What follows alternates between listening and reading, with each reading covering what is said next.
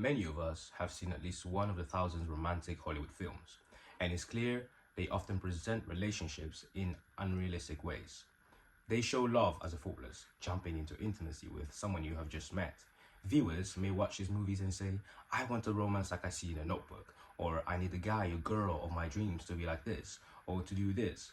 And these films often portray idealized versions of relationships filled with grand gestures, constant passion, and effortless communication. And while entertaining, they can create unrealistic expectations about what real relationships should look like. Over time, this can influence how people behave in actual relationships, sometimes leading to disappointment, unhealthy patterns, or lack of problem solving when a real emotional issue arises.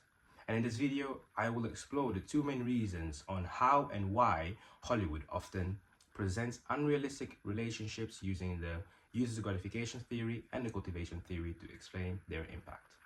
Argument 1. Misrepresentation of commitment. Hollywood has long portrayed commitment as something grand and idealized. Films depict the perfect partner through exaggerated actions that lead the audience to say, that's how it should be. In movies like The Notebook and Twilight, relationships are intense and all-consuming, with characters sacrificing personal boundaries in the name of love.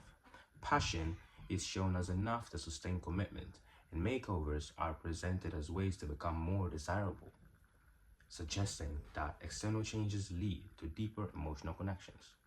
The user gratification theory by Katz explains that individuals seek out media to fulfill emotional and psychological needs. In films, this transforms into people seeking excitement in the drama that happens in movies, or even to fulfill their idealization and escapism of romance, presenting love and a certain type of relationship as a fantasy. Due to this, the audience would prefer the portrayal of quick and dramatic romances which misrepresent a relationship and what commitment in a relationship means. However, the portrayal difference between romance in Hollywood and romance in K-drama, where they dramatize any act between a man and a woman, where the act of holding hands in K-drama is equivalent to a sexual interaction in Hollywood. This is a reflection of deep cultural difference, where in America, Hollywood tends to show love as very direct, fast-paced, and physically expressive. And in contrast, K-dramas often portray slow-developing, emotionally rich relationships where very small gestures carry a much deeper meaning, and where Hollywood reflects the Western values of independence, rebellious, personal freedom, and K-drama reflects the Confucian and collectivist values such as family, respect, and duty, so much more. And this promotes intercultural excellence and helps us to appreciate the diverse ways of expressing love and building connections. Because people are often seeking emotional fulfillment, they also tend to habitually accept their emotions or thoughts before judging them. In a notebook, emotional manipulation is used when Noah threatens to jump off a Ferris wheel if Ali does not date him, framed as a romantic commitment. But because audiences are emotionally invested in the characters, they fail to recognize the problem at hand in these actions, instead interpreting them as profound expressions of love. Studies suggest that prolonged exposure to such narratives can reinforce the idea that jealousy, obsession, and over-controlling behaviors are desirable traits in a partner. This makes it harder to recognize toxic behaviors in real life. Study shows that romantic media consumption can influence beliefs about love and lower relationship satisfaction. Constant comparison between one's relationship and an idealized movie version can create feelings of disappointment and emotional disconnect. Argument 2. The normalization of toxic and over-sexualized behaviors. Another major issue with Hollywood's portrayal of romance is its tendency to normalize toxic or over-sexualized behaviors, often disguising them as passion or devotion. Many films reinforce myths about relationships portraying aggressive sexual advances, possessiveness, and manipulation as acceptable or even desirable.